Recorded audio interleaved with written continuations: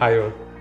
എൻ്റെ ഒപ്പം ഉള്ളത് ഇത്തവണത്തെ സിവിൽ സർവീസ് പരീക്ഷയിൽ ഉന്നത വിജയം കരസ്ഥമാക്കിയ അഹ്റാസ് ആണ്.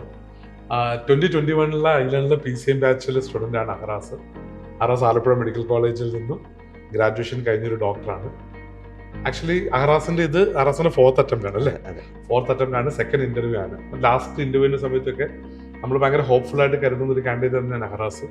നല്ല ബ്രൈറ്റ് സ്റ്റുഡൻ്റ് ആണ്. അപ്പോൾ എപ്പോഴും പ്രതീക്ഷയാണ് അഹ്റാസ് സർവീസിനുള്ളിൽ വരുമെന്നുള്ളത് തന്നെ.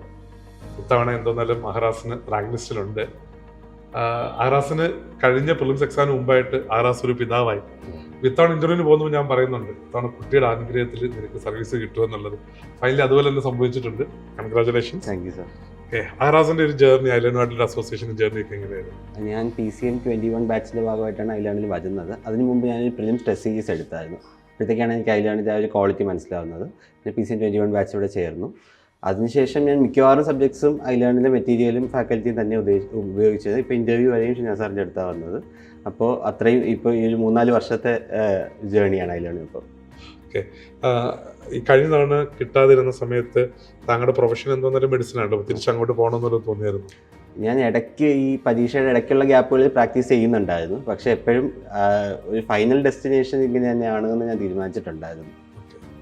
പിന്നെ കുട്ടി ഉണ്ടായത് ഭയങ്കര ഒരു ഭാഗ്യമായിട്ടും അതിൻ്റെ ഒരു അനുഗ്രഹം റാങ്ക് ലിസ്റ്റിലേക്ക് എത്തിയെന്ന് തോന്നുന്നുണ്ടോ? അത് തോന്നുന്നുണ്ട്. അത് ഞാൻ റിസൾട്ട് വരുന്നത് വരെ അങ്ങനെ പറയുന്നത് എല്ലാവരോടും പറഞ്ഞിട്ടുണ്ടായിരുന്നെങ്കിൽ നല്ല റിസൾട്ട് ആയപ്പോഴത്തേക്ക് ഞാൻ അങ്ങനെ തന്നെ വിശ്വസിച്ചു തുടങ്ങി. ഓക്കെ, ഇഷ്ടപ്പെട്ട സർവീസ് കിട്ടും എന്ന് ഉറപ്പുണ്ടോ? അതെങ്ങനെയാണ്? ഇഷ്ടം, എനിക്ക് IAS ആണ് താല്പര്യം. അത് കിട്ടാനുള്ള സാധ്യത കുറവാണ്. അപ്പോൾ ഒന്നും കൂടെ അറ്റൻഡ് വിചാരിക്കുന്നു. എനിവേ, ഒന്നുകൂടെ അറ്റംപ്റ്റ് ചെയ്തിട്ട് നമുക്ക് ഈ 3 അക്കത്തിൽ നിന്നും 2 അക്കത്തിലേക്ക് 1 അക്കത്തിലേക്ക് എത്തട്ടെ. എല്ലാ യാത്രയിലും എപ്പോഴും കൂടെ ഉണ്ടാവും. Thank you sir.